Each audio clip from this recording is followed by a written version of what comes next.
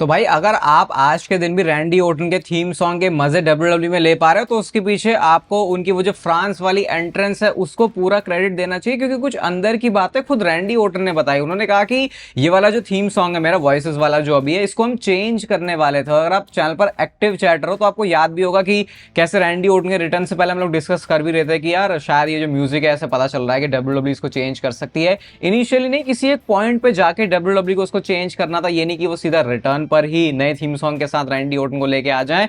But उसके बाद जब रैंडी ओटन ने देखा, डब्ल्यूडब्ल्यू ऑफिशियल्स ने देखा किस तरीके से अब जो लोग हैं वो रैंडी ओटन का जो म्यूजिक है उसको उनका जो थीम सॉन्ग है उसको गाना भी शुरू कर रहे हैं, तो रैंडी ओटन को लगा भैया बढ़िया चल रहा है सीन, अब इसको चेंज क्या ही करने की जरूरत है। और रैंडी ओटन खुद ऐसे भी कहते हैं कि इतने साल लगे डब्ल्यूडब्ल्यू फैंस को अब मेरा गाना गाने के लिए, और अब जब उन्होंने गाना शुरू किया तो ये तो वो टाइम नहीं है कि जब मैं इसको चेंज करूं। तो शायद अब भी ऐसा हो सकता है कि अभी आने वाले टाइम में रैंडी ओटन का हील मूव, हील टर्न आता है, जो कि आना ही चाहिए और आएगा ही मान सकते हैं, क्योंकि अभी तो एक वो और जो उनका विलन वाला आर्क है वो हमको देखना बाकी है। तो शायद उस पॉइंट पे इसको चेंज करें, लेकिन सोचो कितना ज्यादा इन्फ्लुएंस रहा उस वाली एंट्रेंस का जो कि उन्होंने फ्रांस में करी थी, कि डब्ल्यूडब्ल्यू ने प्लान ही ड्रॉप कर दिया कि वो रैंडी ओटन का जो म्यूजिक है उसको चेंज करे। और वेलकम है आपका वॉइस ऑफ रेसलिंग के एक और नए एपिसोड में। सबसे पहले ये काफी टाइम हो गया मुझे ये दिखाना था, लेकिन मिस हो गया बहुत बार। समर स्लैम का नया वाला पोस्टर आप देख सकते हो भाई, और काफी ज्यादा डिफरेंट फील है इसकी। मतलब वैसे डब्ल्यूडब्ल्यू के बहुत ही चमकते धमकते पोस्टर होते हैं, लेकिन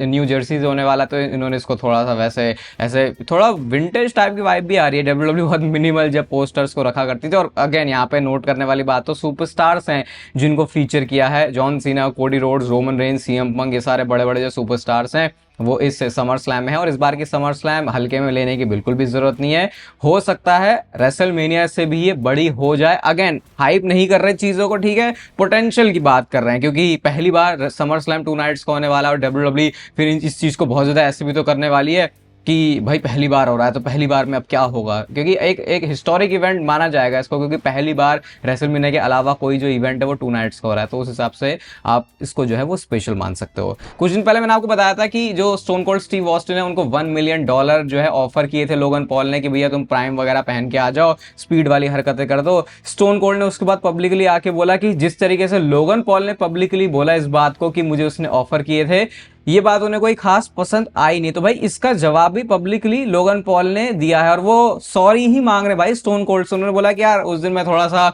पी के सेट हुआ पड़ा था तो मैंने बहुत ज्यादा चीजें बोल दी, और हमेशा मैं ज्यादा ही चीजें बोलता हूं, तो आई होप स्टोन कोल्ड तुम मेरे पे गुस्सा नहीं हो गए इतना। अपने ब्लॉग में वो बोलते हैं और ये भी अच्छी बात है। देखो यूजुअली लोगन पॉल को इस नजर से देखा जाता है कि भैया उसकी तो अपने में ही अलग दुनिया है, लेकिन उसको पता है कि बड़े लोगों की जो रिस्पेक्ट है वो भी किस तरीके से की जाती है। और मतलब कोई जरूरत नहीं थी उनको बोलने की, बात दब चुकी थी, लेकिन फिर भी अपने ब्लॉग में वो उस मैटर को लेके आए कि सॉरी भैया, अगर तुम्हें, सॉरी लेजेंड भैया तो नहीं, कि अगर आपको बुरा लग गया, कि वो बात भी किससे कर रहे होते हैं, वहां पे स्टोन कोल्ड की बड़ी सी फोटो लगी होती है उससे, तो एक अच्छा जेस्चर लगा। या ये भी मान सकते हो कि लोगन पॉल शायद फ्यूचर में भी ट्राई करने वाले हैं कि वो प्राइम का कुछ तो एम्बेसडर सा बना दे स्टोन कोल्ड को, क्या पता इसलिए भी बोला हो। यार देखो वैसे नेगेटिव बोलने में मजा आता नहीं है मेरे को, लेकिन यार ये हरकतें ही कुछ ऐसी कर देते हैं कि लगता है यार इनको फिर छोड़ा कैसे जाए। अभी देखो आपको पता है एडब्ल्यू के अंदर, और अगर आप डब्ल्यूडब्ल्यू के अंदर एक चीज देखोगे जो बहुत ही ज्यादा डिफरेंट है वो ये है, अब डब्ल्यूडब्ल्यू में भी थोड़ा बहुत होना शुरू हो गया ट्रिपल एच की होने की वजह से, या फिर थोड़ी फ्रीडम होने की वजह से, कि ऊल जरूल बातें बोलने से पहले लोग सोचते नहीं है। एडब्ल्यू में तो सोचते ही नहीं है बिल्कुल भाई। अभी विल ऑस्प्रे ने क्या बोल दिया, वो बंदा कहता है कि डब्ल्यूडब्ल्यू सबसे बड़ी कंपनी है, और हाँ विल ऑस्प्रे एडब्ल्यू में आने से पहले रूमर्स थे कि डब्ल्यूडब्ल्यू में आ सकते हैं, लेकिन ट्रिपल एच ने डायरेक्ट वे में उनको ऐसे बोला कि वर्क कहते कि यहाँ पे बहुत हाई रखना पड़ता है, तुमको पूरे टाइम ट्रैवल करना पड़ता है, तो उतने ज्यादा जोर लगाने के लिए हो तैयार तो तुम आ जाना। तो विल ऑस्प्रे ने पता नहीं इसको शायद अपने ऊपर ले लिया, उन्हीं को डायरेक्ट किया था, मुझे इतने कुछ पता नहीं है, ये काफी ऐसा मिस्ट्री सी है कि वो बोला किस लिए था। लेकिन विल ऑस्प्रे ने ये बोला कि जब वो डब्ल्यूडब्ल्यू रिंग की बात करते हैं ना सुपरस्टार्स की, तो भैया मैं अपने सबसे बुरे दिन पर भी ना किसी भी डब्ल्यूडब्ल्यू रेसलर से तो अच्छी ही रेसलिंग कर सकता हूं। और उन्होंने ये तक बोल दिया कि रेसलमेनिया उन्होंने देखी तो नहीं है, उनको पसंद भी नहीं आई कि जो भी हुआ रेसलमेनिया में जिस भी तरीके से बताया। एक उन्होंने बस वो ईओ स्काई और रिया रिप्ली वाले मैच की तारीफ कर दी, वो जो ट्रिपल थ्रेट वाला था। उसके अलावा कहते हैं यार नहीं है डब्ल्यूडब्ल्यू में वो मजा, और कहते हैं कि मैं तो डब्ल्यूडब्ल्यू से कोई रेसलर भी नहीं उठाना चाहूंगा अगर मुझे रेसलिंग करनी हो किसी के साथ। तो अब देखो अगर कैरेक्टर में रह के भी बातें बोली जा रही है तो वो ठीक है, लेकिन जब तुम रियल मतलब अगर आप इन सुपरस्टार्स को रियल में भी देखोगे ना तो ये बोलते ही ऐसे हैं। तो ये कुछ ऐसा, इसको ऐसे ही समझ लो कि फोन गिर गया था, ये कुछ ऐसे ही समझ लो कि जैसे टोनी खान नहीं बोलता रहता कुछ भी बकवास है। ये मुझे नहीं पसंद आता भाई। जब तुम्हारे जो स्पोर्ट है वो प्रोफेशनल रेसलिंग है ना, तो इसको प्रोफेशनल भी तो रखो थोड़ा। ये ऐसी बातें कर देते हैं जैसे कि भाई ये 14-15 साल के होंगे और उसके बाद इनके मुंह में जो आया उसके बारे में कुछ भी बोल दिया। यूजुअली ऐसे रैपर्स करते हैं बीफ, लेकिन भाई तुम्हारा ये काम नहीं है, वो फिर भी उनका प्रोफेशन ही है एक तरीके से, क्योंकि वो अपने फिर डिस वगैरह सब निकालते हैं। तो ऐसी अजीब अजीब बातें कर देते हैं। कुछ रिएक्शन है आपका इसके ऊपर तो बताना, लेकिन मैं तो चाहूंगा कि अभी मैच्योरिटी आने में शायद थोड़ा सा टाइम लग जाएगा। अगेन, कैरेक्टर में रह के बोल सकते हो आप कुछ भी अगर वो आपका कैरेक्टर है, लेकिन जब आप हर आए दूसरे तीसरे दिन भाई सबके ही कैरेक्टर हैं क्या वहां पे जो कुछ ना कुछ बोलना है डब्ल्यूडब्ल्यू के अगेंस्ट में। इवन अगर डब्ल्यूडब्ल्यू के भी लोग एडब्ल्यू के बारे में बकवास करें तो वो काफी किडिश चाइल्डिश जो भी बोलना वैसा लगता है। तो मेरे को तो अजीब लगता है भाई, पता नहीं क्या बोलते रहते हैं लोग। मैंने बोला था भाई देखो, और जो मैंने बोला था वही हो भी रहा है। यूजुअली इतना मैं छाती चौड़ी करके बताता नहीं पाते कि मैंने ऐसा बोला था, बट यहाँ पे पता नहीं मन सा कर रहा है बोलने का। कैरन क्रॉस के बारे में मैंने आपको बोला था कि बंदे को यूज नहीं किया जा रहा टेलीविजन पे, लेकिन ये जो सोशल मीडिया पर कर रहा है भाई, इससे बहुत बड़ा बम फूट सकता है, और बम फूट भी चुका है, क्योंकि डब्ल्यूडब्ल्यू शॉप के ऊपर जो third top selling T shirt है वो भाई कैरन क्रॉस की ही है, और वो जॉन सीना और रैंडी ओटन से भी इस समय आगे निकले हुए हैं। तो सोचो, लोग लिटरली पूरा सपोर्ट दिखा रहे हैं अपना कैरन क्रॉस। ऐसा तो नहीं अचानक से कोई बहुत बड़ा डिजाइन आ गया, लेकिन कैरन क्रॉस ने रिसेंटली अभी जो किया है सोशल मीडिया पे,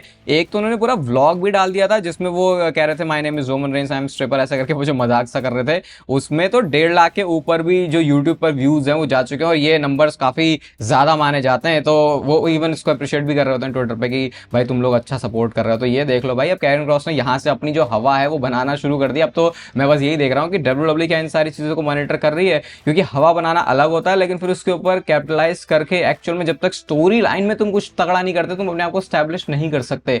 जैसे हमने एलन नाइट के केस में भी वो देखा। तो देखते हैं, मेरे को तो सब कुछ लगता है भाई कैरन क्रॉस के अंदर एक परफेक्ट एक सुपरस्टार अगर आप बनाने की कोशिश करोगे तो वो सारी क्वालिटीज हैं कैरन क्रॉस में, अगर एनएक्सटी के टाइम से भी उनको फॉलो कर रहे हो। बाकी आप लुक्स की बात करो, रेसलिंग की बात करो, प्रोमो की बात करो। प्रोमो तो उन्होंने क्या ही बोल दिया था रेसलमेनिया के बाद कि उनको जब मैच नहीं मिला उनको फीचर नहीं किया था। अब देखते हैं डब्ल्यूडब्ल्यू क्या इस चीज को सीरियसली कंसिडर कर रही है। करना तो चाहिए, क्योंकि अगेन माहौल सब बन चुका है, बस डब्ल्यूडब्ल्यू को किया कराया हुआ सारा काम बस आगे फैंस के आगे पुश करने की जरूरत है। पिछले कुछ सालों से हम लोग देख रहे हैं कि जो सर्वाइवर सीरीज वाला इवेंट है, डब्ल्यूडब्ल्यू ने इसको वॉर गेम्स बना दिया है। वो 5-on-5 ट्रेडिशनल ब्रांड वॉरफेयर वाले जो मैचेस है वो हमको दिखते नहीं है, बट अब इस बार ऐसी रिपोर्ट्स आ रही हैं, अभी इनिशियली आ रही है कि 5-on-5 ट्रेडिशनल जो मैच है डब्ल्यूडब्ल्यू उसको इस बार सर्वाइवर सीरीज में करने वाली है। अब इस बार में कोई क्लैरिटी नहीं है कि क्या डब्ल्यूडब्ल्यू ने वॉर गेम्स वाला मैच डिच किया है और पूरा रिप्लेस ही कर दिया है इसको। आई थिंक डब्ल्यूडब्ल्यू अगर दोनों ही चीजें करेगी तो वो अच्छा नहीं रहेगा, क्योंकि जब लेकिन यार अभी एक प्रॉब्लम भी तो है कि रॉ का सुपरस्टार स्मैकडाउन में भी जाता है, स्मैकडाउन का रॉ में भी जाता है। तो जब तुम ऐसे काम कर रहे हो इधर उधर आने जाने का, तो फिर वैसे भी वो ब्रांड जैसा फील होता नहीं है। वरना एक टाइम मुझे याद है वो भी जमाना था जब एजे स्टाइल्स स्मैकडाउन में था, और अगर अभी वो रॉ में आ जाता था ना तो ऐसा लगता था कि अरे ये रॉ में आ गया, मतलब ऐसा लगता था कि दूसरी कंपनी का सुपरस्टार आ गया है। और ये तो बहुत ज्यादा पुरानी बात भी नहीं है, तो 2017 के 16-17 के आसपास की मैं बात बता रहा हूँ, और उससे थोड़ा सा पहले की बात बता रहा हूँ, जब इस टाइप का सीन था कि ब्रांड कितने अलग अलग चलते थे। वो सही भी है, लेकिन फिर भाई जब तुम स्मैकडाउन को परफेक्टली बैलेंस नहीं करोगे स्टार पावर के हिसाब से, तो तुमको रॉ से स्मैकडाउन, स्मैकडाउन से रॉ में करना ही पड़ेगा। तो फिर वैसे में तो सेंस बनेगा नहीं, लेकिन अगर लेजिट कुछ डब्ल्यूडब्ल्यू अच्छी स्टोरी बना सकती है तो फिर 5-on-5 करने का फायदा है मेरे ख्याल से, क्योंकि वो इंटरेस्ट तो डेवलप करता है कि वो इन्वेजन हो गया, रॉ ने जाके स्मैकडाउन को मार लिया, स्मैकडाउन ने जाके रॉ को मार दिया। फिर अच्छा चल क्या रहा है रोमन रेंस के ट्राइबल चीफ वाले कैरेक्टर के साथ में, कुछ क्लैरिटी मिल नहीं पा रही इसके बारे में। जैसे कुछ दिन पहले मैंने आपको बताया था कि रोमन रेंस ने खुद अपने हॉल ऑफ फेम की स्पीच में बोला था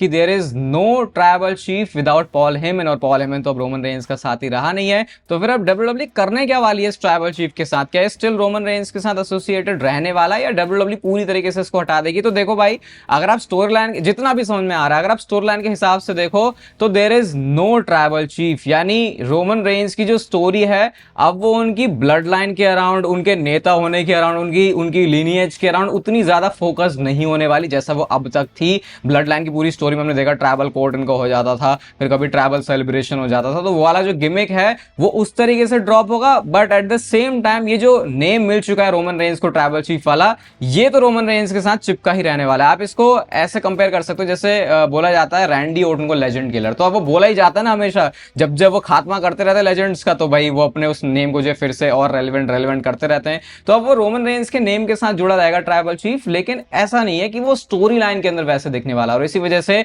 एक जो नया कैरेक्टर है वो रोमन रेंस का एक्सपेक्ट कर रहे हैं अभी तो भैया पहले प्रीमियम आदमी जरा टीवी स्क्रीन पर आए हमारे, तो उसके बाद आगे और अच्छे से बात करेंगे, क्योंकि एक रेसलमेनिया करने के बाद बंदा थोड़ी सी चला गया है छुट्टियों पे। इस बार के मनी इन द बैंक के ऑड्स आ गए भाई, और अगर ऑड्स के अकॉर्डिंग जो भी मामला चल रहा है वैसा हो गया तो भाई एक बार फिर से जो कहानी है, जो मामला है WWE में, वो बहुत ज्यादा चेंज हो सकता है। किस तरीके से अभी जो बैटिंग ऑड्स के अंदर सबसे ज्यादा फेवरेट है इस मैच को जीतने के लिए, वो सुपरस्टार कोई और नहीं बल्कि अभी अभी फैक्शन में बनाए गए सुपरस्टार ब्रॉन ब्रेकर हैं। अब सोचो इस पूरे फैक्शन के साथ साथ अगर वो मनी इन द बैंक का ब्रीफ केस लेके आ जाते हैं, और सोचो सेथ रॉलिंस फिर ब्रॉन ब्रेकर को चला रहे हैं कि तरफ ब्रीफ केस है, मैं ऐसे कैश इन करवाऊंगा, उनके पास पूरी हिस्ट्री भी है हाईएस्ट ऑफ द सेंचुरी की। बाकी लिस्ट आप देख सकते हो, लोगन पॉल का नेम भी यहाँ पे, कैरन क्रॉस भी आ चुके हैं लिस्ट में, फिर Alan Knight, Sami Zayn and Seth Rollins भी है, बाकी चैट गेबल और El Grande Americano, Cody Rhodes भी इवन फीचर्ड हैं। बट यस, अगर ब्रॉन ब्रेकर जीते तो शायद ज्यादा सेंस बना सकता है। बाकी काफी सारे नेम तो भी ऐसे भी है जिनको हर साल ही बोला जाता है कि वो जीते हैं, लेकिन WWE शायद उनके ऊपर ध्यान दे नहीं रही इतना। बाकी इस वीडियो के ऊपर अगर आपने यहां तक ध्यान दिया है तो इसे लाइक कर देना। स्क्रीन पर भी आपको क्रिकेट चैनल की वीडियो दिख रही होगी, उसको भी जाके जरूर देखना। बाकी WWE से रिलेटेड कंटेंट के लिए आप लोग इस चैनल को कर सकते हो सब्सक्राइब। बाकी तब तक फिर लेते रहो जिंदगी के मजे।